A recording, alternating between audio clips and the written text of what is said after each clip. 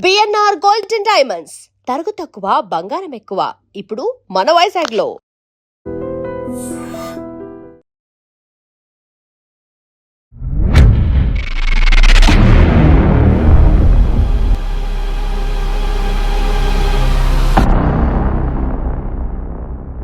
సాధారణంగా కోర్టులు రకరకాలు ఉంటాయి, కానీ మనం ముఖ్యంగా తెలుసుకోవాల్సింది కన్జ్యూమర్ కోర్టు గురించి. అసలు కన్జ్యూమర్ కోర్ట్ ఎక్కడ ఉంటుంది, దాని పనితీరు ఎలా ఉంటుంది అంటే చాలా భయంకరంగా అక్కడ పనిష్మెంట్ పడుతుంటాయి.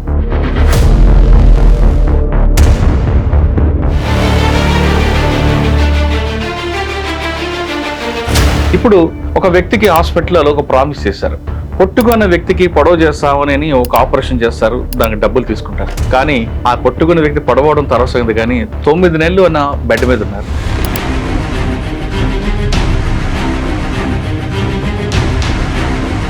ఇప్పుడిప్పుడే కొన్ని కేసులు వస్తున్నాయి. ఇప్పుడు మీరు టేకప్ చేసిన కేసులో ఆయనకు అయిన ఖర్చు 3 లక్షలు, హాస్పిటల్ తీసుకుంది, కానీ 9 నెలలు ఆర్థికంగా కోల్పోయాడు. దీనికి నష్టపరిహారం కోర్టు ఎంత ఇచ్చింది, అసలు ఆ కేసు ఏంటి చెప్పండి. తను 5 అడుగుల 7 ఇంచులు హైట్ ఉన్నాడు, 5 feet 7 inches ఉన్నాడు. ఆయనకి కొంచెం హైట్ పెంచుకోవాలన్న సీరియస్ డిజైర్ పుట్టింది. సో ఆయన కొంత హోంవర్క్ చేశాడు. వెబ్సైట్లో చెక్ చేస్తే హాస్పిటల్స్ వాళ్ళు ఇలాంటి ఆపరేషన్స్ చేస్తారని వాళ్ళు వెబ్సైట్లో పెట్టుకున్నారు. ఈ లింబ్ లెందరింగ్ సర్జరీస్ అంటారు. ఆ సర్జరీస్ చేస్తానని ఎవరైతే ప్రకటించుకున్నారో, వెబ్సైట్లో పెట్టుకున్నారో, ఆయన వెళ్ళారు, సంప్రదించారు. ఒకసారి కాదు, 2 సార్లు కాదు, 3 సార్లు సంప్రదించారు. సంప్రదిస్తే ఆయన ఏమన్నారంటే, ఈ ఆపరేషన్ ఏముంది, ఇది ఇమీడియట్గా చేసేస్తాం, అదేం పెద్ద ప్రాబ్లం లేదు.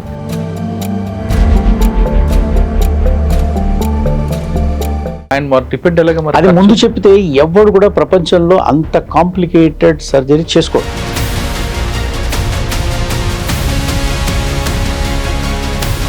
వినియోగదారులు కొట్టుకు వెళ్ళాలంటే అంటే చిన్న పాల ప్యాకెట్ దగ్గర నుంచి ఎక్కడికి వెళ్ళొచ్చా, లేదు ఒక రేంజ్ వరకు మాత్రం వేయాలా? అలాంటిది ఏం లేదు. ఏ కన్జ్యూమర్ అయినా చిన్న పాల ప్యాకెట్ అయినా కూడా, ఇప్పుడు పాలు తెచ్చుకున్నామో పాలలో కల్తీ జరిగింది, లేకపోతే అది వెళ్ళిపోయిన పాలు ఇచ్చారనుకో, చెక్ బౌన్స్ కేసులు వస్తుంటాయి. ఇందులో ఫాల్స్ కొనుక్కుంటాయి. వాళ్ళు డబ్బులు తీసుకోవడం వాస్తవమే, ఇప్పుడు ఇవ్వకపోవడం వాస్తవమే, కానీ ఏదో రకంగా చేస్తాం. అంటే మనం ఇప్పుడు చెక్ ఇచ్చిన వైపు నుంచి మాట్లాడుతున్నాం. తీసుకుంది 50,000, కానీ బ్లాక్ చెక్ ఇచ్చా నాకు అవసరం కాబట్టి. ఆ చెక్ 50,000 ఇవ్వకపోయేసరికి ఆయన దాన్ని ₹1,00,000 రాసి ఇంకెక్కడో మహారాష్ట్రలోనో ఇంకొక స్టేట్లో వేస్తుంటాడు. అక్కడ వెళ్ళి నేను తిప్పాలని ఆయన ఇంటెన్షన్ ఏంటి, నన్ను సఫర్ చేయాలని. అటువంటి అప్పుడు నేను ఏ విధంగా బయటపడాలి? చెక్ బౌన్స్ కేసుల్లో డిఫెన్స్ తక్కువ. ఒక లీగలీ ఎన్ఫోర్సబుల్ లయబిలిటీ కోసం మీరు గనక చెక్ ఇచ్చుంటే దాన్ని అతను పే అనేవాడు వెళ్ళి కోర్టులో అది బౌన్స్ అయినప్పుడు నోటీస్ ఇచ్చి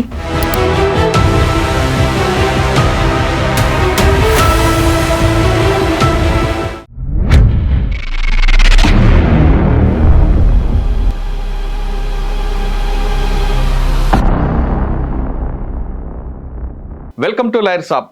సాధారణంగా కోర్టులు రకరకాలు ఉంటాయి, కానీ మనం ముఖ్యంగా తెలుసుకోవాల్సింది కన్జ్యూమర్ కోర్టు గురించి. ఏదైనా సమస్య వస్తే, ఫైనాన్షియల్ మ్యాటర్ కానీ లేదా ఇంకో క్రైమ్ కానీ జరిగితే మనకు వేరేగలుగుతాం.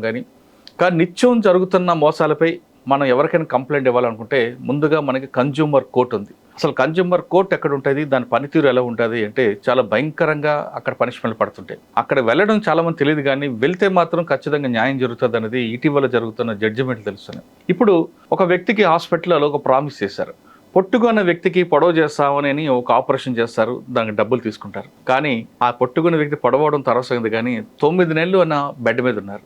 ఆ 9 నెలలు ఆయన కోల్పోయిన నష్టానికి ఏ విధంగా చేయాలి అనేది ఒక అడ్వకేట్ కన్జ్యూమర్ కోర్టుకు వేశారు. దాంతో కన్జ్యూమర్ కోర్టు వాళ్ళకు ఊహించిన విధంగా, హాస్పిటల్లో ఊహించిన విధంగా భారీ జరిమానా ఇచ్చింది. అసలు ఆ కేసు ఏంటి, ఆ కేసులో జరిమానా ఎందుకు విధించారు, మనకి ఏవైనా హాస్పిటల్స్లో అన్యాయం జరిగితే ఏ విధంగా కన్జ్యూమర్ కోర్టుకు వెళ్ళాలి అనే విషయంపై మనతో మాట్లాడడానికి హైకోర్టు అడ్వకేట్ తులసిరాజ్ గోకుల్ గారు ఉన్నారు. ఆయన తెలుసుకుంది. సార్ నమస్తే.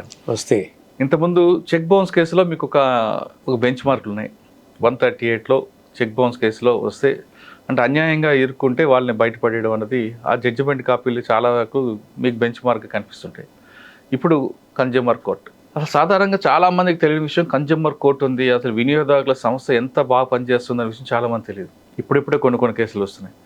ఇప్పుడు మీరు టేకప్ చేసిన కేసులో ఆయనకు అయిన ఖర్చు 3 లక్షలు, హాస్పిటల్ తీసుకుంది, కానీ 9 నెలలు ఆర్థికంగా కోల్పోయాడు. దీనికి నష్టపరిహారం కోర్టు ఎంత ఇచ్చింది, అసలు ఆ కేసు ఏంటి చెప్పండి. కేసు వివరాలకు వస్తే, ఒక వ్యక్తి తను 5 అడుగుల 7 ఇంచులు హైట్ ఉన్నాడు, 5 feet 7 inches ఉన్నాడు ఆయనకి కొంచెం హైట్ పెంచుకోవాలన్న సీరియస్ డిజైర్ పుట్టింది. సో ఆయన కొంత హోంవర్క్ చేశాడు. వెబ్సైట్లో చెక్ చేస్తే గ్లోబల్ హాస్పిటల్స్ వాళ్ళు ఇలాంటి ఆపరేషన్స్ చేస్తారని వాళ్ళు వెబ్సైట్లో పెట్టుకున్నారు. గ్లోబల్ హాస్పిటల్ అంటే లకడి కప్పులు. ఓకే. ఇది 2016లో జరిగింది. జడ్జ్మెంట్ మొన్న వచ్చింది. సో దీంట్లో ఏం జరిగిందంటే, ఒక సుదీర్ఘమైన పోరాటం తర్వాత జడ్జ్మెంట్ మొన్న వచ్చింది. సో 2016లో ఆ వెబ్సైట్ని చూసి అతను ఆల్రెడీ హైట్ అవుదామనే ఆలోచనలో ఉన్నాడు కాబట్టి, ఒక స్ట్రాంగ్ డిజైర్తో ఉన్నాడు కాబట్టి, ఆ వెబ్సైట్ని చూసి, ఆ వెబ్సైట్లో ఉన్నటువంటి వివరాలను చూసి, డాక్టర్ల వివరాలు తెలుసుకొని గ్లోబల్ హాస్పిటల్కి వెళ్ళడం జరిగింది. అక్కడ ఉన్నటువంటి కన్సర్న్డ్ ఆర్థోపెడిక్ సర్జన్ ఎవరైతే ఈ లింబ్ లెందనింగ్ సర్జరీస్ అంటారు, ఆ సర్జరీస్ చేస్తానని ఎవరైతే ప్రకటించుకున్నారో, వెబ్సైట్లో పెట్టుకున్నారో, ఆయన వెళ్ళారు, సంప్రదించారు. ఒకసారి కాదు, 2 సార్లు కాదు, 3 సార్లు సంప్రదించారు. సంప్రదిస్తే ఆయన ఏమన్నారంటే, ఈ ఆపరేషన్ ఏముంది, ఇది ఇమీడియట్గా చేసేస్తాం, అదేం పెద్ద ప్రాబ్లం లేదు, నువ్వు ఒక వారం రోజుల్లోపే నువ్వు చక్కగా తిరిగి అన్ని పనులు చేసుకోగలవు అనేదే చెప్పారు అతనికి. దాంట్లో ఉన్నటువంటి రిస్క్ ఏంటి, ఆ సర్జికల్ ప్రొసీజర్ ఏంటి, అసలు ఆయనకి ఆ సర్జరీ అవసరమా, అవసరం లేదా, అవన్నీ అతనికి ప్రాపర్గా చెప్పలేదు. అతను ఆల్రెడీ చాలా చిన్నవాడు, రాయించుకుంటారు కదండి, అది కన్సెంట్ ఫామ్ తర్వాత.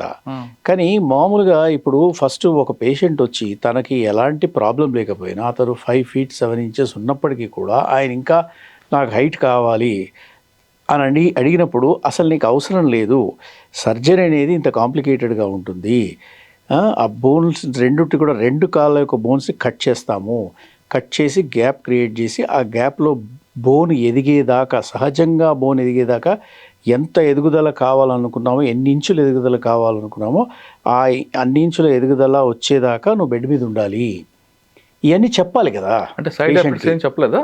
అవన్నీ చెప్తే అసలు ఆపరేషన్ ఎవడు చేసుకుంటాడు? జనరలీ ఆ ఆపరేషన్స్ దేనికి చేస్తారు? ఒక్కొక్కరు పుట్టుకతోనే కొంచెం కంజెనిటల్ డిఫార్మిటీస్ ఉంటాయి, ఒక కాలు పొడుగా, ఒక కాలు చిన్నగా, లేకపోతే థెరపటిక్ రీజన్స్ వల్ల మెడికలీ అసలు కరెక్షన్స్ చెయ్యాలి బాడీలో అతనికి. అలాంటప్పుడు మామూలుగా ఈ సర్జరీస్ చేస్తారు. కానీ ఇక్కడ ఎలాంటి అవసరం లేకపోయినా ఒక ఆశ, ఒక కోరిక, నేను ఇంకా హైట్ అవ్వాలి, ఇంకా హైట్ కనపడాలి అని అనుకున్న వాడికి ఏ డాక్టర్ అయినా ఏం చెప్పాలి? నీకు అవసరం లేదు, ఈ సర్జరీ ఇలాంటి సందర్భాల్లో చేస్తారు, నీకు చెయ్యరు, నీకు ఆల్రెడీ బాగానే ఉన్నావు, నీ హైట్ బాగుందని. This is what is expected from a doctor. ఎథికల్గా డాక్టర్స్ ఇవి చెప్పాలి. దాన్ని కన్సల్టేషన్ అంటారు. అసలు నీకు ఎలాంటి ప్రాబ్లం లేనప్పుడు నాకు సార్ మీరు హార్ట్ ఆపరేషన్ చేయండి, నా హార్ట్ బాగుందా లేదా ఇప్పి చూడండి అంటే ఎందుకు చేస్తాడు డాక్టరు? ఏం అవసరం నీకు? ఏదైనా బ్లాక్స్ ఉంటే, ఏవైనా లోపల సమస్యలు ఉంటే డాక్టర్ ఎప్పుడే కానీ he will recommend some operation, surgery, స్టంట్లు అలాంటివి చెప్తారు. అది కూడా ఆఫ్టర్ అన్ ఇన్వెస్టిగేషన్, అవసరమా లేదా, లేకపోతే మెడిసిన్స్తో కంటిన్యూ చేయొచ్చా అని వాళ్ళు డిసైడ్ చేస్తారు. దానికే డాక్టర్. ఇప్పుడు ఇక్కడ ఏం జరిగిందంటే విచిత్రంగా, అతను వెళ్ళినప్పుడల్లా చేసేద్దాం ఏముంది, అది అయిపోద్దిలే, ఒక వారం రోజులు నువ్వు తిరిగి, అలాంటి ఆశ. ఇప్పుడు ఒకరికి కోరిక ఉంది పెరగాలని, డాక్టర్ కూడా దానికి తోడై అదే ఉందని చేసేద్దాం, అది ఎంతసేపు అంటే అని ఇలా చెప్తే ఏమవుతాడు, అతని యొక్క కోరిక ఇంకా రీఇన్ఫోర్స్ అవుతుంది. ఇంకా అతను అడగలేదండి, ఆపరేషన్ అయిన తర్వాత నడవచ్చా, పరిగెత్తచ్చా? ఆయన 10 సార్లు అడిగితే వారం రోజుల్లో మీరు వెళ్ళి పరిగెత్తవచ్చు, మీరు ఫుట్బాల్ ఆడవచ్చు, వాలీబాల్ ఆడవచ్చు అని చెప్పారు. ఈ విధంగా డాక్టర్ చెప్పినప్పుడు ఏ కుర్రాడైనా హూ ఈజ్ అస్పైరింగ్, అంత డిజైర్ ఉండి నేను హైట్ పెరగాలనుకున్నప్పుడు ఎవరైనా ఏమనుకుంటారని, ఇంత పెద్ద హాస్పిటల్, ఇంత పెద్ద డాక్టర్, ఎక్స్పీరియన్స్ డాక్టర్ చెప్తున్నాడు, వీక్ 10 days కదా, వీక్ 10 days మనం హాస్పిటల్లో ఉందాం, ఏదో చెప్పి ఏదో మేనేజ్ చేద్దాం, ఇంట్లో కూడా చెప్పడం ఎందుకు, వీక్ డేస్లో అయిపోతుంది అంటున్నారు కూడా చెప్పకుండా. ఆ అబ్బాయి ఇంట్లో కూడా చెప్పకుండా, అంటే అతను దాన్ని, ఈ డాక్టర్ ఇచ్చినటువంటి అష్యూరెన్స్ వల్ల ఇది చిన్నగా జరిగిపోయే కార్యక్రమం కాబట్టి చెప్పడం ఎందుకు, ఏదో నేను మేనేజ్ చేసేసి నేను హైట్ అయిపోతే ఎవ్రీబడి విల్ బీ హ్యాపీ అన్న, ఆ విధంగా ఆ మైండ్ని అట్లా సైకలాజికల్గా ట్యూన్ చేశారు. ఇప్పుడు డాక్టర్ అనేవాడు ఇన్ని సమస్యలు ఉంటాయి, నీ తల్లిదండ్రులకు చెప్పావా, నీ పేరెంట్స్ కన్సెంట్ తీసుకున్నావా, అసలు నీకు అవసరం లేదు అయినా నువ్వు చెప్పినా వినట్లేదు, you better call your parents అని ఈ రకంగా కదా ట్యూటర్ చేయాలి డాక్టరు. అవసరం లేకపోయినా సర్జరీ చెయ్యి బాబు, నాకు సర్జరీ అంటే so this is what is expected from a doctor. ఇది ఎథికల్ ప్రాక్టీస్ అంటారు దీన్ని. ఈ ఎథిక్స్ లేకుండా ఆ డాక్టరు ఫైనల్గా ఆపరేషన్ చేశాడు. ఎంత తీసుకున్నారు? 3 లక్షలు తీసుకున్నారు. దానికి 3 లక్షలు తీసుకొని ఆపరేషన్ చేశారు. ఆపరేషన్ చేసిన తర్వాత అతనికి అర్థమైంది ఇది ఇంత సీరియస్ ఆపరేషన్ అని. ఎందుకంటే ఆల్మోస్ట్ 6 to 7 గంటలు, 6 నుంచి 8 గంటలు ఆపరేషన్ చేశారు. చేసేసరికి వాళ్ళ తల్లిదండ్రులు టెన్షన్ పడిపోయి ఏంటి అసలు ఈ అబ్బాయి ఫోన్ ఎత్తట్లేదు, ఎక్కడ పోయాడని వాళ్ళు టెన్షన్ పడ్డప్పుడు సో వెళ్ళి చూసుకుంటే he was in hospital undergoing surgery. So ఈ సందర్భంలో సర్జరీ జరిగిన తర్వాత కూడా తల్లిదండ్రులు మిగతా వాళ్ళు వెళ్ళి గగ్గోలు పెట్టి ఏం జరుగుతూ ఉంది అసలు ఏంటిది అని చెప్పారు. ఇలాగ వచ్చారు, ఇలా చేస్తున్నారు, సర్జరీ జరుగుతుంది, మధ్యలో ఆపలేము, లాస్ట్ స్టేజెస్లో ఉంది సర్జరీ అన్నారు. సరే బాగుంది, ఏంటో ఇలా సర్జరీ చేసావు, అసలు ఈ సర్జరీ చెప్పావా, అసలు పిల్లోడికి చెప్పావా, అసలు ఏంది ఆయన మేజర్ కదా, ఆయన సంతకం పెట్టేశాడు, ఆయన యంగ్ బాయ్, ఆయన ఒప్పుకున్నాడు, మేము చేసాం. సో ఇప్పుడు ఏంటి అంటే ఏముంది, ఇంకో వారం 10 రోజుల్లో నడుస్తాడు, ఆయన ఏం ఇబ్బంది లేదని చెప్పారు. డాక్టర్లు ఓపెన్గా ప్రెస్లో స్టేట్మెంట్ ఇచ్చి చెప్పాడు he will be able to walk within other 2-3 days అని. సో ఈ విధమైనటువంటి అష్యూరెన్సెస్ ఇచ్చి, ఈ విధంగా తప్పుదో పట్టించి ఆ అబ్బాయికి ఆపరేషన్ చేసి ఆ అబ్బాయి అదంతా హీల్ అవ్వడానికి, మామూలుగా కూడా హీల్ అవ్వడానికి, ఈ రెగ్యులర్ ప్రాసెస్లో కూడా ఏ ప్రాసెస్ అయినా హీల్ అవ్వడానికి 9 నెలలు పడుతుంది. ఎందుకంటే దాంట్లో 2 స్టేజ్లు ఉంటాయి. బోన్స్ని కట్ చేశాక ఆ బోన్స్ని అలాగా విడదీస్తూ డిస్ట్రాక్షన్ అంటారు దాన్ని. అక్కడ 2 కాళ్ళకి అన్ని ఐరన్ రాడ్స్, అన్ని ఫిక్చర్స్ పెట్టి ఆ గ్యాప్ని మెల్లిమెల్లిగా పెంచుతుంటారు. ఈ పెంచే ప్రాసెసే 3 నెలలు పడుతుంది. ఆ గ్యాప్ క్రియేట్ చేసిన గ్యాప్లో బొక్క రావాలి, బోన్ పెరగాలి. ఓహో, అంటే వీళ్ళేం పెట్టరు, న్యాచురల్గా రావాలి. సో నువ్వు గ్యాప్ పెంచుతావు, రోజు ఇన్ని మిల్లీమీటర్ల గ్యాప్ పెంచుతావు, రోజు అంత బోన్ రావాలి. బోన్ రావాలంటే బోన్ ఫార్మేషన్ అవడానికి మన ఫుడ్ ఏం లేదు, మామూలుగా దానికి మెడిసిన్స్ ఉంటాయి, కాకపోతే అది తనంతట తాను బోన్ జనరేట్ చెయ్యాలి. కానీ ఏ ఏజ్ వరకు అలాగ అవుతుంటుంది? అది మామూలుగా దాంట్లో ఎట్లుంటుంది అంటే ఆ టెస్ట్లన్నీ చేయాలి. మళ్ళీ ఇప్పుడు ఒక 22 ఏళ్ళు 20 ఏళ్ళు దాటాక మామూలుగా ఆ క్యాలస్ అంటారు, ఆ బోన్ ఫార్మేషన్ యొక్క కెపాసిటీ తగ్గిపోతుంది. మామూలుగా బాడీలో తను రీజనరేట్ చేసే కెపాసిటీ ఉంటుంది, బట్ ఈ కెపాసిటీ ఏజ్ పెరుగుతున్నా కొద్దీ తగ్గిపోతూ ఉంటుంది. సో అవన్నీ చూసుకొని చెయ్యాలి. అది మెల్లిగా పెరుగుతుంది. అంటే ఈ ప్రాసెస్ ఏంటి, ఇదంతా ఒక 9 months ప్రాసెస్ ఇది. ప్లస్ బాడీ యొక్క హీలింగ్ కెపాసిటీ మీద కూడా ఉంటుంది. ఈలోగా ఇవి తిప్పుతూ ఉంటే, ఈ గ్యాప్లు క్రియేట్ చేస్తూ ఉంటే ఇన్ఫెక్షన్ రాకూడదు, మళ్ళీ ఇన్ఫెక్షన్ రాకుండా చూసుకోవాలి. సో ఇది ఎంత కఠినమైనటువంటి ప్రాసెస్, ఇది ఎంత బాధాకరమైనటువంటి ప్రాసెస్. ఇది 2 కాళ్ళు హాఫ్ కట్ చేసేస్తే, 2 కాళ్ళు సగం కట్ చేసి ఫీమర్ బోన్ని 2 కట్ చేసేసి మీరు ఇటుపక్క అటుపక్క అన్ని రాడ్లు ఫిక్స్ చేసి ఆ రాడ్ల ద్వారా మీరు గ్యాప్ క్రియేట్ చేస్తూ వెళ్ళాలి. బోన్ గ్రోత్ చూసుకుంటూ గ్యాప్ క్రియేట్ చేసుకుంటూ వెళ్ళాలి. So it is such a big process. It takes at least 6 to 9 months. 9 months compulsory అవ్వాలి. ఫస్ట్ ఏమో డిస్ట్రాక్షన్, నెక్స్ట్ ఏమో కన్సాలిడేషన్. ఈ 2 జరిగాక ఆ మనిషి he will be able to stand, walk, నిలబడగలరు. లేకపోతే బొక్క ఇరిగిపోతుంది. సరిగ్గా రీజనరేషన్ అవ్వలేదు అనుకోండి, బోను కొలాప్స్. కానీ 9 months bed rest, 9 months bed rest, 9 months నరకం. మరి ఆయన డిపెండ్ ఎలాగ? మరి అది ముందు చెప్తే ఎవడు కూడా ప్రపంచంలో అంత కాంప్లికేటెడ్ సర్జరీ చేసుకోడు. కరెక్ట్, ఆయన మీద డిపెండ్ ఉంది అనుకుంటా ఫ్యామిలీ, మరి వాళ్ళందరూ. మరి అదే కదా, అందుకనే డాక్టర్లు ప్రాపర్గా ట్యూటరింగ్, కౌన్సిలింగ్ చెయ్యాలి. ఒక పేషెంట్ దగ్గరికి వచ్చినప్పుడు ఎథికల్గా ఏంటి, దాని కాంప్లికేషన్స్ ఏంటి, దానికి చెయ్యవలసింది ఏంటి, అసలు నీకు బోన్ గ్రోత్ వస్తుందా లేదా, ఈ ఏజ్లో అసలు నీకు అవసరమా లేదా, ఇవన్నీ డాక్టర్లు చెప్పాలి. కానీ ఇక్కడ ఒక ఎక్స్పెరిమెంట్ చేశారు, అతను ఎంచుకున్నారు ఎక్స్పెరిమెంట్ చేయడానికి. జస్ట్ బికాజ్ ఈ had a very strong desire, ఆయనకు ఒక స్ట్రాంగ్ డిజైర్ ఉంది నేను హైట్ అవ్వాలని. సో అది ఆసరాగా చేసుకొని ఎక్స్ప్లాయిట్ చేసి సర్జరీ చేశారు. హాస్పిటల్ వాళ్ళు కూడా సర్జరీని పట్టించుకోలేదు. హాస్పిటల్ వాళ్ళు కూడా అసలు ఇలాంటి సర్జరీ మన హాస్పిటల్లో కాస్మెటిక్ పర్పసెస్, ఎక్స్పెరిమెంటల్ పర్పసెస్ కోసం ఇలాంటి సర్జరీ చేయొచ్చునా లేదా, అలౌ చేయొచ్చా లేదా, హాస్పిటల్ కూడా ఎంకరేజ్ చేసింది. ఇలాంటి సర్జరీలు ఎక్కువైతే చాలామంది వచ్చేస్తారు, ఇదో రకమైనటువంటి వ్యాపారం, ఇది ఒక రకమైనటువంటి డబ్బు ఆర్జించే మార్గం అని వాళ్ళు కూడా అట్లా ఫీల్ అయిపోయి దాన్ని ఎంకరేజ్ చేశారు. సో దీని మీద నా క్లయింట్ కన్జ్యూమర్ కోర్టుకి వెళ్ళారు. అంటే లోకల్ పోలీస్ కంప్లైంట్ చేశారు. లోకల్ పోలీస్ కంప్లైంట్ చేశారు. ఆ కంప్లైంట్ కూడా కోర్టులో నడుస్తూ ఉంది. అది ఉండగా హాస్పిటల్ డాక్టర్లు చేసినటువంటి నెగ్లిజెన్స్ మీద ఈ నెగ్లిజెంట్గా ఇలాంటి అవసరము లేనటువంటి మెడికలీ అవసరం లేనంటి ఆపరేషన్, ఒక వ్యక్తికి మెడికల్గా నీకు ఆపరేషన్ అవసరం లేదు, జస్ట్ ఆయన హైట్ పెంచడం కోసం కాస్మెటిక్ పర్పసెస్ అంటారు, వాటి కోసం ఎక్స్పెరిమెంటల్ బేసిస్ మీద ఇలాంటి ఆపరేషన్ చేయడం అనేది డాక్టర్ యొక్క నెగ్లిజెన్స్ అని చెప్పి నా క్లయింట్ నేను కన్జ్యూమర్ కమిషన్కి వెళ్ళాం. కన్జ్యూమర్ చట్టంలో మెడికల్ నెగ్లిజెన్స్ అనేది కూడా కన్జ్యూమర్ చట్టంలోకే వస్తుంది, వినియోగదారుల చట్టంలోకే వస్తుంది. సో ఎప్పుడైతే మెడికల్ నెగ్లిజెన్స్ అంతా కూడా కన్జ్యూమర్ చట్టంలోకి వస్తుందో, పరిధిలోకి వస్తుందో, కన్జ్యూమర్ కమిషన్లు ఇప్పుడు వాటిని డిసైడ్ చేస్తారు. నిజంగా డాక్టర్ నెగ్లిజెన్స్ ఉందా, ఎక్స్పర్ట్ ఒపీనియన్ కాల్ఫర్ చేస్తారు, ఎవిడెన్స్ అంతా చూస్తారు. చూసిన తర్వాత అసలు డాక్టర్ పక్షాన నిజంగా హాస్పిటల్ కానీ డాక్టర్ పక్షాన ఏదైనా నెగ్లిజెన్స్ ఉంటే కాంపన్సేషన్ ఇస్తారు. ఇది కన్జ్యూమర్ కోర్టులు చేసేటటువంటి రెగ్యులర్ ప్రక్రియ, కేసులు డిసైడ్ చేస్తూ ఉంటారు. సో ఈ క్రమంలో ఒక సుదీర్ఘమైన పోరాటం జరిగిన తర్వాత ఫైనలీ కోర్టు ఏం చెప్పిందంటే, స్టేట్ కన్జ్యూమర్ కమిషన్ ఏం డిసైడ్ చేసిందంటే, మొన్న జూన్లో ఈ జడ్జిమెంట్ వచ్చింది. జూలై మొన్న జూన్లో వచ్చింది. ఈ జడ్జిమెంట్ ఏం చెప్పిందంటే, డాక్టర్ ఈ విధంగా సర్జరీ చేయటం అనేది చాలా నెగ్లిజెంట్ యాక్టు, ఇది డెఫిషియెంట్ యాక్టు. సో కాబట్టి ఆయన పడ్డ బాధకి కాంపన్సేషన్ 10 లక్షలు ఇచ్చారు. కానీ ఆ డాక్టర్ని తెలంగాణ స్టేట్ మెడికల్ కౌన్సిల్, వీళ్ళకి మెడికల్ కౌన్సిల్ ఉంటుంది, లాయర్లకి బార్ కౌన్సిల్ ఎట్లాగో ఒక రెగ్యులేటరీ బాడీ, అది మెడికల్ కౌన్సిల్ ఉంటుంది. ఆ మెడికల్ కౌన్సిల్లో కూడా మేము ఇచ్చిన కంప్లైంట్ మీద ఆ డాక్టర్ యొక్క లైసెన్స్ని 2 సంవత్సరాలు సస్పెండ్ చేయడం జరిగింది.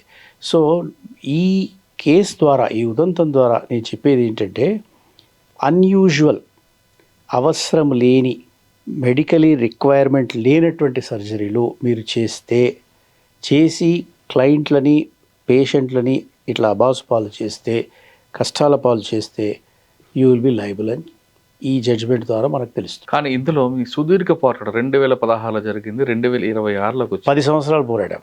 ఆయనకి ఎంత ఇబ్బంది ఉంటుంది? ఇబ్బంది అంటే గ్యాప్ అవసరం అంటారా? ఇంత గ్యాప్ అవసరం కదా. యాక్చువల్గా కన్జ్యూమర్ చట్టంలో కేసులు ఇప్పుడు వచ్చినటువంటి 2019 చట్టం ప్రకారంగా చాలా సమ్మరీగా తొందరగా డిస్పోజ్ ఆఫ్ చేయాలి. కానీ అన్ఫార్చునేట్ థింగ్ ఏంటంటే వేరే కారణాల వల్ల ఇది చాలా డిలే అయింది. So finally at last 10 years తర్వాత అయినా ఒక జడ్జిమెంట్ వచ్చిందని ఇక మేము సంతోషపడుతున్నాం. కాకపోతే కాంపన్సేషన్ అనేది ప్రపోర్షనేట్గా లేదనేది ఆలోచన. మీ క్లయింట్ ఏమంటారు జడ్జిమెంట్కి? నా క్లయింట్ ఏమంటారు, ఆయన పడ్డ సఫరింగ్ అనేది అయిపోయింది. 9 నెలలు సఫర్ అయ్యాడు. దాని తర్వాత ఏదో ఒక ఇంచు పెరిగింది అంతే, 1.25 inches ఎంతో పెరిగింది అంతే. సో అది దానికి పడ్డ బాధ చూడండి, అది పెరిగితే ఎంత, పెరగకపోతే ఎంత. బట్ కైండ్లీ సీ ఎంత నష్టం జరిగింది, శరీరానికి ఎంత గాయమైంది, బోన్స్ వీక్ అయిపోయాయి. ఇప్పుడు ఏంటంటే, ఇప్పుడు బాగానే నడుస్తాడు, కానీ ఏంటంటే ఎక్కువసేపు బరువు వేయలేడు. సో ఇది ఒక ట్రామా కదా. అసలు ఆ ట్రామాని మీరు అర్థం చేసుకోండి. ఆ ట్రామా ఎంత ట్రామా, ఆ ట్రామాని 10 లక్షల కాంపన్సేషన్తో మనం కాంపన్సేట్ కట్టలేం. But you see the trauma. ఆ ట్రామా అతను అనుభవించాల్సిన అవసరం ఉందా, అది ప్రశ్న. అలా ట్రామా అనుభవించేటటువంటి ట్రామా ఉన్నటువంటి సర్జరీ అని ఏ డాక్టర్ అయినా ముందు చెప్తే, ఎవరికైనా ఇలాంటి ఆలోచనలు ఉన్న వారికి చెప్తే ఎవరు చేసుకోరు. ఈ ఎథిక్స్ అనేది డాక్టర్స్ దగ్గర ఉండాలి. ఈ 10 సంవత్సరాల్లో ఆయన స్టాండ్ అయ్యారు అంటారు, అంటే ఎక్కువసేపు నిలబడలే అంటున్నారు. కానీ ఆయన ఫైనాన్షియల్గా స్టాండర్డ్ అయ్యారా? ఆయన మామూలుగా ఆయన పనులు ఇంకా చేసుకుంటున్నాడు. ఎందుకంటే ఆ 1 year అంతా ట్రామా అంతా అయిపోయాక, బాడీ హీల్ అయిపోయాక ఆ బోన్స్లో ఏదో కొంత బోన్ పెరిగింది, రీజనరేట్ అయ్యింది. ఇది రీజనరేట్ అయ్యాక మామూలుగా ఉన్నాడు. బట్ ఎట్టయినా విరిగి అతికిన బోన్లే కదా. ఆ మెంటలీ లేదు, అవన్నీ తీసేస్తారు. బోన్ జనరేట్ అయిపోయాక, అది అతుక్కున్నాక ఈ స్టీల్ రాడ్స్ తీసేస్తారు. కానీ స్టీల్ రాడ్స్ ఆల్మోస్ట్ 6 నెలలు భరించాడుగా స్టీల్ రాడ్స్. దాని తర్వాత మళ్ళీ హీల్ అవ్వడానికి మళ్ళీ మందులు తీసుకున్నాడు కదా. హీల్ అయ్యి కన్సాలిడేట్ అయిన తర్వాత పర్వాలేదు, మనిషి బరువు మోయగలదు, ఆ క్రాక్స్ దగ్గర బోన్ వచ్చేసి తను స్టేబుల్గా నిలబడగలరు అన్న తర్వాతగా తను కాన్ఫిడెంట్గా నడిచాడు. ఈ ప్రాసెస్ అంతా 1.5 years దాకా పట్టింది. అదే హాస్పిటల్ ట్రీట్మెంటా లేదా వేరే హాస్పిటల్కి? అదే ట్రీట్మెంట్ ఖర్చు కూడా ఈయన పెట్టుకున్నాడు? లేదు, ఆ హాస్పిటల్ వాళ్ళు రియలైజ్ అయ్యి ఇదేదో మనం మెడికల్ కౌన్సిల్ వాళ్ళు ఇంటర్ఫియర్ అయ్యి మీరు ఇలా చేయటం తప్పనంటే వాళ్ళు ఏం చేశారంటే, ఆ పోస్ట్ ఆపరేటివ్ కేర్ అంతా కూడా ఇదే డాక్టర్ని ఇంటికి పంపించి ట్రీట్మెంట్ ఇప్పించారు. ఇది హాస్పిటల్ వాళ్ళు ఉదారంగా ఏం చేయలేదు. మెడికల్ కౌన్సిల్ వాళ్ళు ఇంటర్ఫియర్ అయ్యి ఇది ఇలా చేయటం తప్పు అని చెప్తే, సో వాళ్ళు చేసిన తప్పును సరిదిద్దుకోవడానికి వాళ్ళు అచ్చా, ఇంటికి వచ్చారు. పోస్ట్ ఆపరేటివ్ కేర్ ఇచ్చారు. ఓకే. ఆ డాక్టర్ని పెట్టిప్పించారు. సరే, మీరు కోర్టుకు వెళ్ళారు కదా, అక్కడ డిఫెన్స్ తీసుకున్న లైన్ ఏంటి? వాళ్ళు తీసుకున్న లైన్ అంటే సింపుల్ ఒకటే, ఆయనకు అన్నీ చెప్పాము, ఆయన మేజరు, ఆయన కన్సెంట్ ఫామ్ సైన్ చేశాడు, తల్లిదండ్రులకు చెప్పకుండా కూడా వచ్చి ఆయన కన్సెంట్ ఫామ్ ఇచ్చాడు, ఆయన మేజర్ కాబట్టి ఆయనకు కావాల్సింది మేము చేసాం. కాకపోతే వాళ్ళ డిఫెన్స్ నిలబడలేదు. ఎందుకంటే అవసరమా లేదా, నువ్వు కాంప్లికేషన్స్ అన్నీ చెప్పావా లేదా. సో కోర్టు ఎక్కడ తప్పు పట్టిందంటే, నువ్వు ఇలాంటి కాంప్లికేషన్స్ పేషెంట్కి చెప్పి ఉంటే ఎవడు కూడా ఈ సర్జరీ చేయించుకునేవాడు కాదు. ప్లస్ ఆన్ రికార్డ్ ఎవిడెన్స్లో క్లియర్గా ఉంది, డాక్టర్ చెప్పటం, ఈయన ఏముందండి ఆపరేషన్ అయ్యాక ఒక వారం రోజులు ఈయన లేచి తిరుగుతాడని చెప్పాడు. అది క్లియర్గా సాక్ష్యం ఉంది.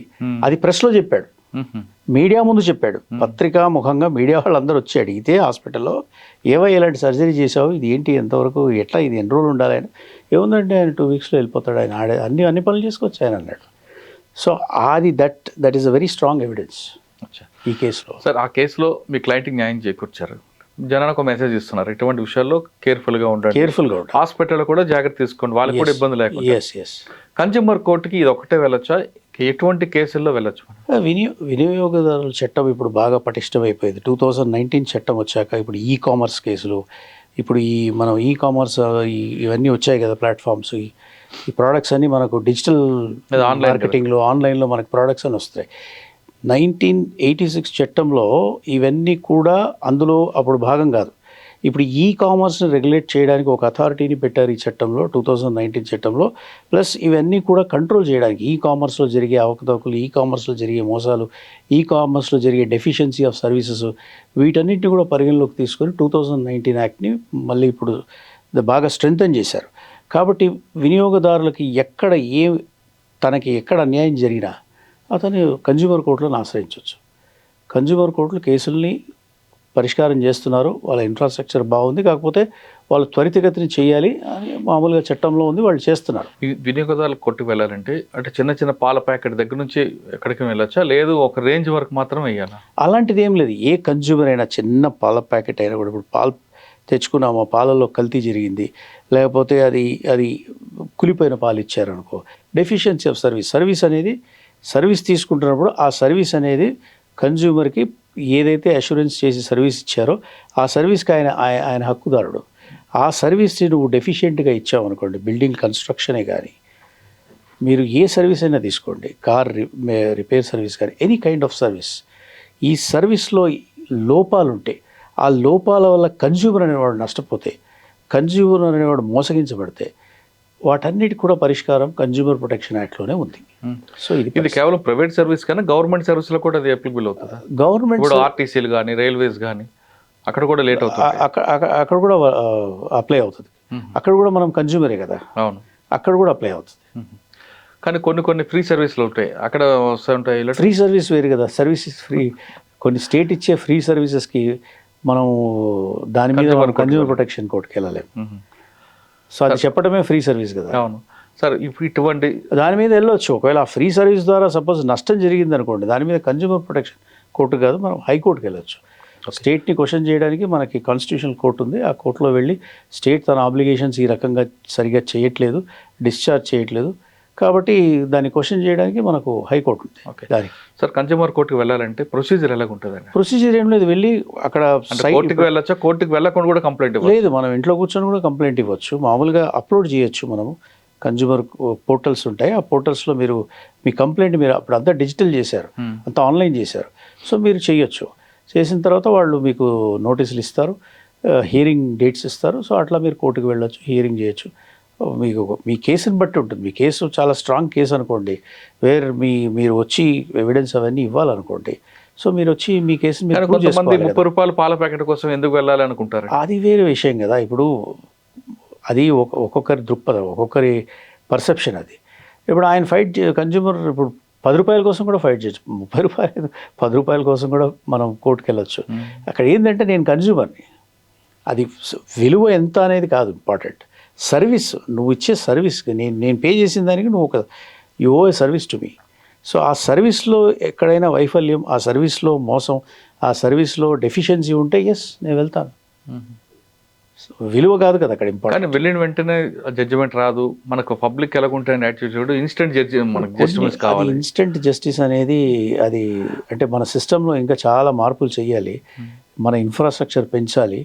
ఇన్స్టెంట్ జస్టిస్ అంటే ప్రపంచంలో ఎక్కడైనా ఇన్స్టెంట్ జస్టిస్ లేదు. ఈవెన్ ఫారెన్ కోర్ట్స్లో కూడా మనకు కావాలి ఒక ప్రొసీజర్, ఒక టైం మైండ్ సెట్ అది కదండి. అంటే ఉంది. అది అంతే ఇప్పుడు మధ్య ఇప్పుడు డిజిటల్ అయిపోయింది కదా ప్రపంచం అంతా. ఒక బటన్ కొట్టంగానే అన్నీ జరిగిపోతున్నాయి. సో జస్టిస్ కూడా ఒక క్లిక్ కొట్టంగానే నాకు జస్టిస్ రావాలంటే అట్లా రాదు. జస్టిస్ అనేది ఒక ఎడ్యుకేషన్ ప్రాసెస్ ఉంటుంది దేంట్లో అయినా.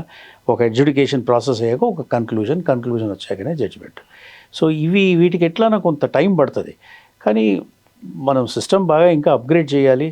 ఆ గ్యాప్స్ అన్నీ స్క్వీజ్ చేసి ఇంకా ఫాస్ట్గా జస్టిస్ డెలివరీ సిస్టమ్ని మనం ఇంకా ఫాస్ట్గా చేయడానికి ప్రయత్నం చేయాలి.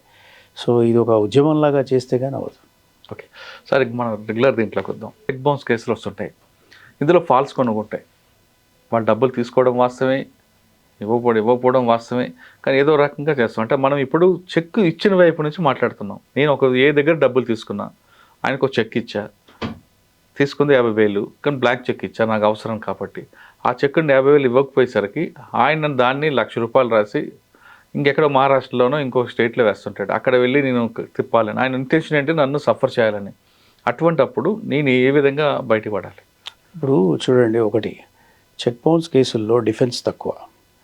మీ అకౌంట్ నుండి మీరు ఒక వ్యక్తికి చెక్, ఒక లోన్ డిశ్చార్జ్ కోసం, ఒక లీగలీ ఎన్ఫోర్సబుల్ లయబిలిటీ కోసం మీరు గనక చెక్ ఇచ్చుంటే దాన్ని అతను పేయి అనేవాడు వెళ్ళి కోర్టులో అది బౌన్స్ అయినప్పుడు నోటీస్ ఇచ్చి మీకు టైం ఇస్తాడు 15 days కట్టమని. ఆ 15 days టైం ఇచ్చినప్పుడు ఆ నోటీస్ ముట్టుకున్నప్పుడు మీరు రాయొచ్చు, దాంట్లో మీ డిఫెన్స్ మీరు తీసుకోవచ్చు.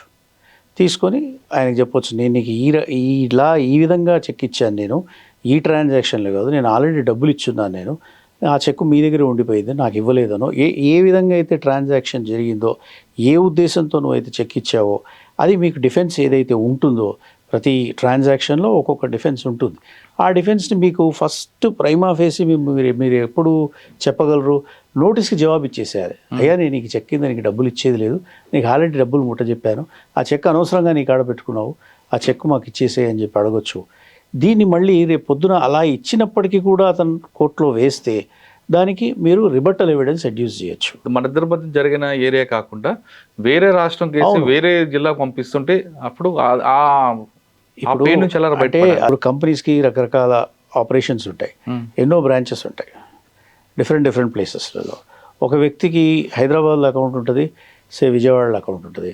ఒక వ్యక్తికి ఇక్కడ అకౌంట్ ఉంటుంది, సిద్దిపేటలో కూడా అకౌంట్ ఉంటుంది. సో ఇప్పుడు ఆయన ఇష్టం కదా ఎక్కడ కంపెనీ అన్నట్లు ఫైనాన్స్ కంపెనీ ఉన్నాయనుకోండి, లీగల్ గా ఒక ఏరియా పెట్టుకుంటారు. ఈ లీగల్ అది ఒక మ్యాండేటరీ రూల్ ఏం కాదు.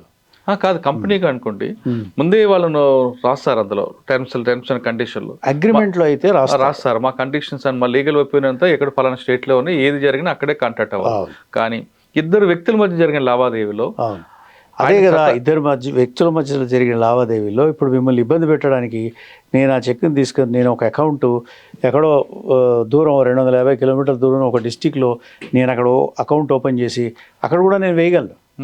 ఎందుకంటే చట్టం యొక్క రిక్వైర్మెంట్ ఏంది, నేను ఎక్కడ ప్రజెంట్ చేస్తే ఆ ప్రజెంట్ చేసినటువంటి బ్యాంకు పరిధి ఉన్నటువంటి కన్సర్న్డ్ కోర్ట్ జ్యూరిస్డిక్షన్లో కేసు వేయచ్చు. సో సరే, దాన్ని మీరు కేసులో అప్పీర్ అయ్యి కేసులో మాత్రం అప్పీర్ అవ్వాలి. అది మీరు అక్కడ వేస్తే అక్కడికి వెళ్ళాలి, తప్పదు. మీరు వెళ్ళి అక్కడికి అప్పీర్ అయ్యి అదే చెప్పాలి, నన్ను ఇబ్బంది పెట్టడానికి ఇంత దూరం తీసుకొచ్చేసాడు. సరే, అది అంతవరకు ఒక ప్రొసీజర్ ఉంది. కానీ ఆ ఏ అనే వ్యక్తి బి అనే వ్యక్తికి చెక్ అమ్మేస్తాడు. ఆ బి అనే వ్యక్తి అంటే చెక్ బౌన్సులకి అన్ని కూడా డిఫాల్టర్ చెక్స్ అని కొనుక్కొని దాన్ని ఫైట్ చేయడానికి ఒక ఏజెన్సీ ఉంది, హోల్డర్ ఇన్ డ్యూ కోర్స్ అంటారు, రైట్. వాళ్ళకి అమ్మినప్పుడు అసలు ఏకిని సికి మధ్యలో ఎలాంటి ట్రాన్సాక్షన్ ఉండదు, కానీ ఆయన చెక్ వేస్తాడు. అందులో అది ఏంటంటే ఆల్రెడీ ఒప్పుకోబడుతుంది, వాళ్ళిద్దరి మధ్యలో అగ్రిమెంట్ ఉంటుంది. లయబిలిటీ వాళ్ళకు ఒక ఇన్స్ట్రుమెంట్ ఉంటుంది, ఆ ఇన్స్ట్రుమెంట్ కింద వాళ్ళు ఒప్పుకుంటారు. నీకు కానీ ఈ చెక్ ఎవరి చేతిలో ఉంటే వాళ్ళకి కానీ నేను ఆల్రెడీ బైండ్ అయిపోయి ఉంటా, నీకు డబ్బులు ఇస్తాను. ఓకే, బైండెడ్ ఉంది కాబట్టి ఆ టర్మ్స్ ఉంటాయి. అది కూడా లేకుండా కొంతమంది లేకుంటే నీకు రిబట్టల్ ఎవిడెన్స్ ఉంది కదా, మీరు కోర్టులో వెళ్ళి రిబట్ చేయాలి. అసలు ఈ వ్యక్తి ఎవడో నాకు తెలియదు, అసలు ఈ వ్యక్తితో నాకు ఎలాంటి ట్రాన్సాక్షన్ లేదు, ఆడెవరో తీసుకొచ్చి ఈ వ్యక్తికి ఇచ్చుంటాడు, ఏ అనేవాడు ఈ బీకి ఇచ్చుంటాడు, మీరు ప్రూవ్ చేయగలగాలి. రిబట్టల్ ఎవిడెన్స్ ఇవ్వాలి. అక్కడ ఆ కోర్టుకు వెళ్ళి మాట్లాడడానికి ఇందరు అమౌంట్ లేదనుకోండి, అక్కడ అడ్వకేట్ పెట్టి ఒకరితో వేసుకోవచ్చా, లేదు ఫిజికల్గా వెళ్ళాల్సి వస్తుంది? ఫిజికల్గా వెళ్ళాల్సి వస్తుంది. కాకపోతే అడ్వకేట్స్ ఉంటారు, వాళ్ళు రాని టైంలో వాళ్ళు పిటిషన్ వేసి వాయిదాలు తీసుకుంటారు. కానీ ఫైనల్గా మీరు ఎందుకు వెళ్ళాలని దూరం, ఆ రిబట్టల్ ఎవిడెన్స్ చేయాలంటే నువ్వు పెట్టినటువంటి కేసు నువ్వు ఏదైతే చెప్తున్నావో అది తప్పు. ఎలా తప్పు అంటే ఇదిగో ఇలా తప్పు అనేది నువ్వు చెప్పగలగాలి. నువ్వు వెళ్ళి సాక్ష్యం ఇవ్వడానికి అయితే నువ్వు వెళ్ళాలి కదా, అడ్వకేట్ ఇవ్వడు కదా సాక్ష్యం. సో దానికైతే వెళ్ళాలి కదా. ఒకవేళ ప్రూవ్ అయింది అనుకోండి, అది పెట్టిన తప్పుడు కేసు ఆయన మీద కేసు అవుద్దా? ఆయన మీద కేసు ఏమో అవుతుంది, ఆ కేసు కొట్టేస్తారు. కానీ నువ్వు తర్వాత ఆ జడ్జ్మెంట్ తీసుకొని మలీషియస్ ప్రాసిక్యూషన్కి అతని మీద కేసు వేయచ్చు. నన్ను అంత దూరం లాగావు, నాకు సందర్భం, నా మీద తప్పుడు కేసు పెట్టావు అని మీరు అతనికి మెలీషియస్ ప్రాసిక్యూషన్ కింద మళ్ళీ మీరు కేసు పెట్టచ్చు. మనం ఇచ్చే వాళ్ళ వైపు మాట్లాడదాం. ముందు డబ్బులు అవసరం ఉంటే మనం తీసుకుంటాం, చెక్కులు ఇచ్చేస్తుంటాం. తెలుగుకు కొంతమంది ఎడం చేత సంతకం పెట్టడం, తెలుగులో సంతకం పెట్టడం, లేదా చెక్ ఇచ్చిన తర్వాత బ్యాంక్ అకౌంట్ క్లోజ్ చేయడం, ఇటువంటి కూడా చీటింగ్ చేస్తుంటారు. అవన్నీ కూడా డోషబుల్ ఇన్స్ట్రుమెంట్స్ యాక్ట్లో అవన్నీ కూడా అఫెన్సెస్ అవుతాయి. ఎందుకంటే నీ సిగ్నేచర్ టాలీ కాకపోవడం, నువ్వు కావాలని దాన్ని కొమ్ములు పెట్టి తిప్పడం, ఇప్పుడు ఇవన్నీ కూడా రీజన్స్. మీ అకౌంట్లో నిజంగానే ఆ రోజు చెక్ సపోజ్ ఒక 5 లక్షలు చెక్ అనుకోండి, నీ అకౌంట్లో 5 లక్షలు ఉన్నాయి ఆ రోజు, కాకపోతే బోనఫైడ్గా ఏదో టాలీ అవ్వట్లేదు, సిగ్నేచర్ టాలీ అవ్వట్లేదు, అప్పుడు నీది నేరం కాదు. నువ్వు అకౌంట్లో రూపాయి పెట్టి నువ్వు వాడికి 5 లక్షలు చెక్ ఇచ్చి దాన్ని ఏదో గీకేసి సంతకం టాలీ కాకుండా చేసేసి ఇవన్నీ ఏమవుతాయి? ఇవన్నీ అఫెన్సెసే కదా. ఐపీసీలో చట్టంలో చీటింగ్ అవుతుంది, డిసెప్షన్ అవుతుంది. అదంతా బ్యాంకర్కి ఇన్స్ట్రక్షన్స్ ఇస్తుంటారు, స్టాప్ పేమెంట్ కానీ, అకౌంట్ క్లోజ్ కానీ, రెఫర్ టు డ్రాయర్ కానీ, ఎన్ని రీజన్స్కి 138 NI యాక్ట్లో నేరాలే. ఇవన్నీ నేరాల యొక్క రూపాలు, నేరానికి వచ్చినటువంటి కారణాలు, నేరం చేయడానికి రకరకాల కారణాలు, ఇవి స్పీషీస్లు అనమాట ఇవన్నీ. సార్, ఒక వ్యక్తి డబ్బులు ఇవ్వాలి అని చెక్ ఇచ్చాడు కానీ డబ్బులు ఇవ్వట్లేదు, అప్పుడు ఎలా వసూలు చేయాలంటే యాజ్ ఎ ప్రొసీజర్ చెప్పండి. చెక్ బౌన్స్ చేసి వెళ్ళమంటారా, లేదా థర్డ్ పార్టీ దగ్గరికి వెళ్ళమంటారా, ఎలా? అట్లా కాదు. ఇప్పుడు మీ దగ్గర డబ్బులు తీసుకున్నారు, ఆ డబ్బులు రీపే చేయడం కోసం నేను చెక్ ఇచ్చాను, ఆ చెక్ బౌన్స్ అయింది. చెక్ బౌన్స్ అయినప్పుడు చెక్ బౌన్స్ చట్టంలో నువ్వు చెక్ బౌన్స్ అయిన తర్వాత నోటీస్ ఇచ్చి వాడు డబ్బులు కట్టకపోతే చెక్ బౌన్స్ చట్టంలో కోర్టును ఆశ్రయిస్తారు. ప్లస్ ఆ సివిల్ ట్రాన్సాక్షన్లో మనీ రికవర్ కూడా చేసుకోవచ్చు. మీరు సివిల్ సూట్ వేసి ఆ మనీని ఇంట్రెస్ట్తో సహా నాకు తిరిగి కట్టమని చెప్పి మీరు వేసుకోవచ్చు. ఇప్పుడు సమస్యలు ఇప్పుడు అవి కావు. కోర్టులలో ఎందుకు లేట్ అవుతున్నాయంటే ఆ అడ్రస్లో ఎవరు ఉండరు. చెక్ ఇచ్చినప్పుడు ముందే జాగ్రత్త పడి ఆ అడ్రస్లోంచి వెళ్ళిపోతాడు. అతన్ని ఎతికి పట్టుకొని అతనికి నోటీసులు సర్వ్ చేసి అతన్ని తీసుకొచ్చి కోర్టు ముందుకు తీసుకురావడానికే ఒక పెద్ద ప్రహాసనం. సమయం దాంట్లోనే పోతుంది. సో ఇప్పుడు జనాలు కూడా మరిగా రకరకాల రకరకాల మార్గాలు ఎవేజివ్ అది ఎలా ఉంటాయండి ఇప్పటికీ అడాప్ట్ చేసుకుంటారు. ఇప్పుడు 6 నెలల్లో 1 సంవత్సరం పట్టింది, పట్టుకొని తీసుకొచ్చిన తర్వాత నా డబ్బులు లేవు సార్ నేరుగా జైలుకి వెళ్తాడు. అదేముంది, శిక్ష పడుతుంది, జైలుకి వెళ్తాడు. కానీ జైలుకి వెళ్తే కాదు కదా 2 years. అది చెక్ బౌన్స్ చట్టం డబ్బులు రికవరీ కాదు కదా. చెక్ బౌన్స్ చట్టము నేరం చేసాం, నేరానికి శిక్ష. సపోజ్ ఆ నేరం కాంపౌండబుల్, దాంట్లో నాకు ఆయనకి శిక్ష ఇస్తే మాకేం వస్తుందండి, ఆయన డబ్బులు ఇచ్చేస్తే నేను తీసుకుంటానండి అని కంప్లైంట్ అన్నాడు అనుకోండి, అది కాంపౌండబుల్ కాబట్టి ఆయన కూడా ఇవ్వడానికి రెడీగా ఉన్నాడు అనుకోండి. సార్ తిరిగి అలసిపోయాం, ఆయన ఏదో ఇస్తానన్నాడు, మేము బయట ఏదో సెటిల్ చేసుకున్నాం అంటే మీరు అప్లికేషన్ పెట్టుకుంటే, పిటిషన్ పెట్టుకుంటే అది కాంపౌండ్ చేసేస్తారు, ఆ కేసు అక్కడికి పోతుంది, ఓకే, అక్కడికే క్లోజ్ అయిపోతుంది. అలా అంటే పర్వాలేదు. కానీ అవతల వ్యక్తి ఆయన దగ్గర ఉన్నది కొంత అమౌంట్, కానీ ₹1,00,000 ఇవ్వాలి, అది అప్పుడు ఏం చేయాలి? అంతే, ఏం చేసేది లేదు, ఆ శిక్ష పడుతుంది, జైలుకి వెళ్ళాలి అంతే. ఓకే, శిక్ష పడినప్పుడు జైల్లో ఉన్న ఖర్చు అంతా లేదు. ఇది అది కాదు. చెక్ బౌన్స్ కేసులో అలాంటివి ఏమి ఉండవు. నేరం చేశాడు కాబట్టి చెక్ బౌన్స్ చట్టం కింద మామూలుగా ఎవరైతే ఐపీసీలో అఫెన్సెస్లో ఎవరైతే నేరాలు చేస్తారో అదే మాదిరిగా ఇతను కూడా జైల్లో అనుభవించాల్సిందే. అతనికి ఖర్చులు పెట్టేది ఏమి ఉండదు, కంప్లైంట్ పెట్టుకునేది ఏమి ఉండదు, అది సివిల్ సైడ్. ఓకే, బయట కొంతమందికి అపోహ ఉంటుంది, ఎంతమందిని అప్పు ఇవ్వచ్చు, ఎంతమందికి మనం అప్పు వాడచ్చు, చెక్కులు ఇస్తే తర్వాత ఎప్పుడో అది ఫైనలైజ్ చేసేసరికి 5-6 సంవత్సరాలు పడుతుంది. ఇప్పుడు ఈలోగా మనం ఎంజాయ్ చేయొచ్చు కదా. అంటే ఇప్పుడు డిఫాల్టర్స్, క్రానిక్ డిఫాల్టర్స్ అంటారు వాళ్ళని. వాళ్ళు ఎప్పటికప్పుడు మారుస్తూ ఉంటారు టెక్నిక్స్. ఒకరిని ఒకలాగా డిఫాల్ట్ చేస్తారు, ఇంకొకరిని ఒకలాగా డిఫాల్ట్ చేస్తారు, 100 మందిని డిఫాల్ట్ చేస్తారు, 10 మందిని డిఫాల్ట్ చేస్తారు. వాళ్ళ పని అది. మనం వాళ్ళకి ఎట్లా చెప్తాం? మనం వాళ్ళని కంటైన్ చేయాలి అంటే మరి పోలీసులు, ఈ కంప్లైంట్స్ ఎవరైతే బాధితులు ఉన్నారో బాధితులు వాళ్ళ మీద కఠినమైన చర్యలు తీసుకోవాలి. ఉన్న చట్టాలను వాళ్ళు ఇన్వోక్ చేసుకొని కేసులు వేయాలి. ఎక్కడ ఒక 6 నెలలు, 1 సంవత్సరం, 2 సంవత్సరాలు తప్పించుకొని తిరుగుతాడేమో. డబ్బులు పోగొట్టుకున్నాడు, నలుగురు మనకెందుకులే అనుకున్నా, 5వ వాడైతే ఊరుకోడు కదా. 5వ వాడైతే కోర్టులకు వెళ్తాడు, చట్టాలను ఆశ్రయిస్తాడు, కోర్టులు నోటీసులు ఇస్తాయి, ఒక 6 నెలలు లేట్ అయిద్దేమో, అడ్రస్లు మారుస్తాడేమో, జ్యూరిస్డిక్షన్లు మారుస్తాడేమో, ఏం చేసినా ఒక చోట దొరుకుతాడు, పట్టుకొస్తారు. అలాగే ఎంతోమంది చేశారు, ఎంతోమంది జైళ్ళకు కూడా వెళ్ళారు. ఇవన్నీ తాత్కాలికమైనటువంటి ఉపశమనం, టైం గెయినింగ్ అంతే తప్ప ఇది వాళ్ళకి పర్మనెంట్గా ఏమీ సొల్యూషన్ కాదు. ఓకే సార్, ఫైనల్గా చెప్పండి. ఒక వ్యక్తి మంచి ఉద్దేశంతో చిట్ కంపెనీ పెట్టాడు. ఆ వ్యక్తి మీద మంచి ఒపీనియన్తోనో, అభిప్రాయం, ఫ్రెండ్స్ అందరు కలిపి నడుస్తుంది చిట్టి. ఎలాంటి మైక్రో ఫైనాన్స్లో కానీ చిట్టి రిజిస్టర్డ్ కంపెనీ కాదు, కోట్లాది రూపాయలు నడుస్తుంటుంది. ఫైన్ డే ఏదో ఇష్యూ జరిగి ఆయన మొత్తం డబ్బులు పోగొట్టుకుంటాడు. ఇవ్వాల్సిన వాళ్ళు ఎక్కువ ఉంటారు, ఆయనకు వచ్చేది తక్కువ ఉంటుంది. ఆ టైంలో ఐపీ పెట్టడం బెటర్ అంటారా, లేదు ముందే కోర్టుకు వెళ్ళి నేను ఇచ్చుకోలేకపోతున్నాను నన్ను కాపాడండి అన్న బెటర్ అంటారా, లేదు ఇంకో ఏమైనా ఆప్షన్ ఉందంటారా? ఇన్సాల్వెన్సీ చట్టం దాన్ని ఎందుకు ఉపయోగిస్తారు, ఏ సందర్భంలో ఉపయోగిస్తారు, అది టోటలీ డిఫరెంట్. దాన్ని మిస్అండర్స్టాండ్ చేసుకుంటున్నారు, దాన్ని యాక్చువల్గా అబ్యూస్ చేస్తున్నారు. ఇప్పుడు నువ్వు నేరం చేసి నేరాన్ని తప్పించుకోవడానికి ఐపీ చట్టం. ఇప్పుడు నేను ఐపీ పెట్టాను వాస్తవానికి అందరిని ఎగ్గొట్టడానికి, కానీ నేను చెక్కులు ఇచ్చున్నాను. చెక్ బౌన్స్ కేసులు వేస్తే ఐపీ చట్టంలో నేను ఐపీ పెట్టానండి, నాకు చెక్ బౌన్స్ కేసులు వర్తించదంటే కుదరదు. చెక్ బౌన్స్ చట్టం కింద నువ్వు చెక్కులు ఇచ్చి నువ్వు వాళ్ళకి పేమెంట్లు చేయకపోతే చెక్ బౌన్స్ చట్టం నడుస్తూనే ఉంటుంది, నువ్వు ఐపీ పెట్టినప్పటికీ కూడా. ఓకే. ఇన్సాల్వెన్సీ ఏంటంటే నిజంగానే నీ దగ్గర బిజినెస్ జరిగింది, లేకపోతే ట్రాన్సాక్షన్ జరిగింది, లీగల్ చట్టపరమైనటువంటి వ్యవహారం జరిగింది, దాంట్లో తేడా వచ్చింది, ఇన్ఫ్లో తక్కువ ఉంది, అవుట్ఫ్లో ఎక్కువైపోయింది, టోటల్గా నీ ఆస్తులన్నీ హరించుకుపోయాయి, ఇవ్వాల్సిన వాళ్ళు ఎక్కువ ఉన్నారు, లిస్ట్ ఎక్కువైపోయింది, లిమిటెడ్ ఆస్తులు ఉన్నాయి. సో నువ్వు ఒక స్టేజ్కి వచ్చావు, నేను ఇన్సాల్వెంట్ కింద డిక్లేర్ చేసేటటువంటి పరిస్థితికి వచ్చింది. అప్పుడు నువ్వేం చేస్తావు? కోర్టుని ఆశ్రయించి నన్ను ఇన్సాల్వెంట్ కింద డిక్లేర్ చేయండి, నా దగ్గర ఉన్నాయి ఇవి అడ్జస్ట్ చేయండి అని అడుగుతావు. ఆ చట్టం అందుకు.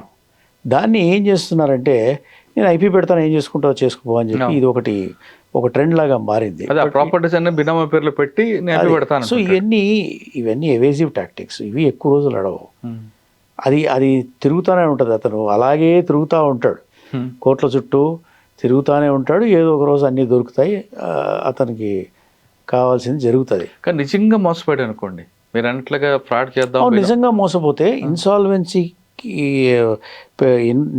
కోర్టుకి వెళ్ళి ఇన్సాల్వెన్సీ చట్టం కింద అతను ఎందుకు ఇన్సాల్వెంట్ డిక్లేర్ చేయాలి సాటిస్ఫై చేస్తారు కదా. చెప్తున్నారు లీగల్గా, ఇది లీగల్ కాదు కదా ఇది. అవును, అందుకనే చట్టాన్ని అబ్యూస్ చేస్తున్నారు అంటున్నా. అబ్యూస్ చేసినంత మాత్రాన అతని మీద అతను ఏవైతే నేరాలు చేశాడో ఆ నేరాలన్నీ అవి కొట్టుకుపోవు. ఐపీ పెట్టినందుకు, ఐపీ చట్టంలో ఆశ్రయించి ఐపీ ప్రొసీడింగ్స్ ఇనిషియేట్ చేసినందువల్ల అతను చేసినటువంటి నేరాలు వేరే వేరే చట్టాలు. ఇప్పుడు ఐపీసీలో నేరం చేస్తాడు, మోసం చేశాడు, చీట్ చేశాడు, నలుగురిని ఒక అన్రిజిస్టర్డ్ చిట్ ఫండ్ కంపెనీ పెట్టుకున్నాడు, చిట్టులు నడిపి ఆ డబ్బులన్నీ మళ్లించి ఈ చిట్టులు లేపుకున్న వాళ్ళకి చెక్కులు ఇచ్చాడు, అవన్నీ బౌన్స్ అయినాయి. ఇదంతా ఒక గ్రూప్ లాగా తయారైంది. ఆ చెక్ బౌన్స్ చట్టాల కింద వాళ్ళు కేసులు వేస్తారు, ఇతను వెళ్ళి ఐపీ పెడతాడు. ఐపీ పెట్టినంత మాత్రాన ఆ చెక్ బౌన్స్ చట్టంలో వేసినటువంటి కేసులన్నీ మాసిపోవు కదా, అవన్నీ తీసేయరు కదా. అయ్యో ఐపీ పెట్టుకున్నాడు, ఇంకా మీకు అలా కాదు కదా. ఏ చట్టం ఆ చట్టం తన పరిధిలో ఆపరేట్ చేసుకుంటారు. నిజంగా విక్టిమ్ అంటే లీగల్గా జరిగిన ఫైనాన్షియల్ మ్యాటర్ కాకుండా ఇంట్లో ఫ్రెండ్షిప్ మధ్య జరిగిన ఫైనాన్షియల్ మ్యాటర్లో ఆ నష్టపోతే ఆ వ్యక్తికి రెమెడీ ఏంటి? ఆ వ్యక్తి ఇన్సాల్వెన్సీ కిందకి వెళ్తాడా? ఆయన మైక్రో ఫైనాన్స్ అట్లా కాదు కదా, ఆయన ట్రూ డిస్క్లోజర్ చేస్తాడు కదా. నా ఆస్తిది, నా దగ్గర మిగిలింది ఇది, నేను ఈ లావాదేవీలు చేశాను, ఈ సెక్యూర్డ్ లోన్లు ఇక్కడ నుంచి తెచ్చుకున్నాను, అన్సెక్యూర్డ్ లోన్లు ఇవి, అవన్నీ చూపిస్తాడు కదా. చూపిస్తే అతను అర్హుడు అవుతాడు కదా. అచ్చా. ఐపీ చట్టం కింద.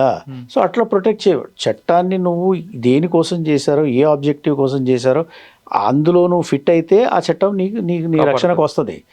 నువ్వు చట్టాన్ని ఒకలాగా వాడుకొని నిన్ను నువ్వు సేవ్ చేసుకోవడానికి, నీ మోసాలని కవరప్ చేసుకోవడానికి వాడితే అది ఎక్కడో చోట తిప్పి కొడుతుంది. అది నీకే దెబ్బ కొడుతుంది. అంతే కదా, కంప్లైంట్ అంతే కదా. అంటే ఫేర్గా ఉండాలి అక్కడ. ఫేర్గా ఉండాలి, ఆబ్వియస్లీ కదా. చట్టాలు అందుకున్నాయి కదా.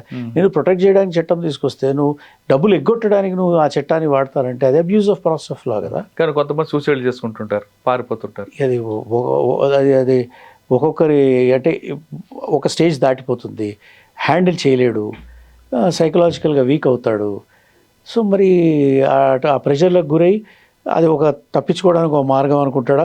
కానీ నేను ఎవరిని అలాంటివి ఎంకరేజ్ చేయను. లైఫ్ ఉంటేనే కదా నువ్వు ఏదైనా సాధించగలవు. నువ్వు పోతే ఏమొస్తుంది? సరే, కొంతమంది అలా అనుకుంటారు, అప్పులన్నీ నేను ఎక్కడ కడతాను, నేను పోతే ఈ గోల్లో వదిలిపోతుంది అనేది ఒక పాపులర్ ఫీలింగ్తో జనాలు, వీక్ మైండ్ పీపుల్ చేస్తూ ఉంటారు. అవి ఎంకరేజ్ చేయకూడదు మనం. బట్ చూసి సాధ్యమైనంత వరకు నువ్వు ఎస్టిమేట్గా బిజినెస్ చేసుకో. మోసాలు చేస్తే ఒక మోసాన్ని తప్పించుకుంటావు, రెండో మోసాన్ని తప్పించుకుంటావు, మూడోది అయితే నీకు తిప్పి కొడుతుంది కదా. అది ఆత్మహత్య చేసుకోవడం కరెక్ట్ కాదు. కరెక్ట్ కాదు. ఎవరైనా ఫైనాన్స్ చేసి నష్టపోతే దానికి లీగల్గా వెళ్ళండి తప్ప ఆత్మహత్యలు చేసుకోవద్దు అంటున్నారు గోకుల్ గారు. మనిషి బతుకుండి ఆ సమస్యను సాధించాలి తప్ప ఆత్మహత్యలు చేసుకుంటే అక్కడ ఫుల్ స్టాప్ పడదని చెప్తున్నారు. ఒకవేళ మీరు ఆత్మహత్య చేసుకుంటే మీ తర్వాత వాళ్ళకు కూడా ఆ పాపం, ఆ శాపం అంటుతుంది. కాబట్టి మీరు బతుకుండి ఇవాళ కాకపోతే రేపు కాకపోతే ఎల్లుండైనా సాధించి తీరుతామని నమ్మకుంటే ఖచ్చితంగా మీరు ఆ సంకల్ప బలం ఉంటే ఖచ్చితంగా తీరుస్తారంటూ గోకుల్ గారు చెప్తున్నారు. ఇది ఈ వారం కన్జ్యూమర్ కోర్టులు మనకి ఏ విధంగా సహకరిస్తాయి, కన్జ్యూమర్ కోర్టులోకి ఎవరెవరు వస్తారు, కేవలం హాస్పిటలే కాదు అన్నీ వస్తాయి, గవర్నమెంట్ సర్వీసులు కూడా కన్జ్యూమర్ కోర్టులు వస్తాయి. కాబట్టి చిన్న విషయం, పాల ప్యాకెట్ ధరకు మీకు అన్యాయం జరిగినా లేదు ఇంకొక సేవలో మీకు అన్యాయం జరిగినా వెంటనే కన్జ్యూమర్ కోర్టుకు వెళ్ళండి, మీకు ఖచ్చితంగా న్యాయం జరుగుతుంది. ఇది ఈ వారం ఏటీఆర్ గోకుల్ గారితో ఎక్సలెంట్ ఇంటర్వ్యూ. వచ్చే వారం మరో గెస్ట్ మళ్ళీ కలుద్దాం. అంతకు నమస్తే. Thank you very much. నమస్తే.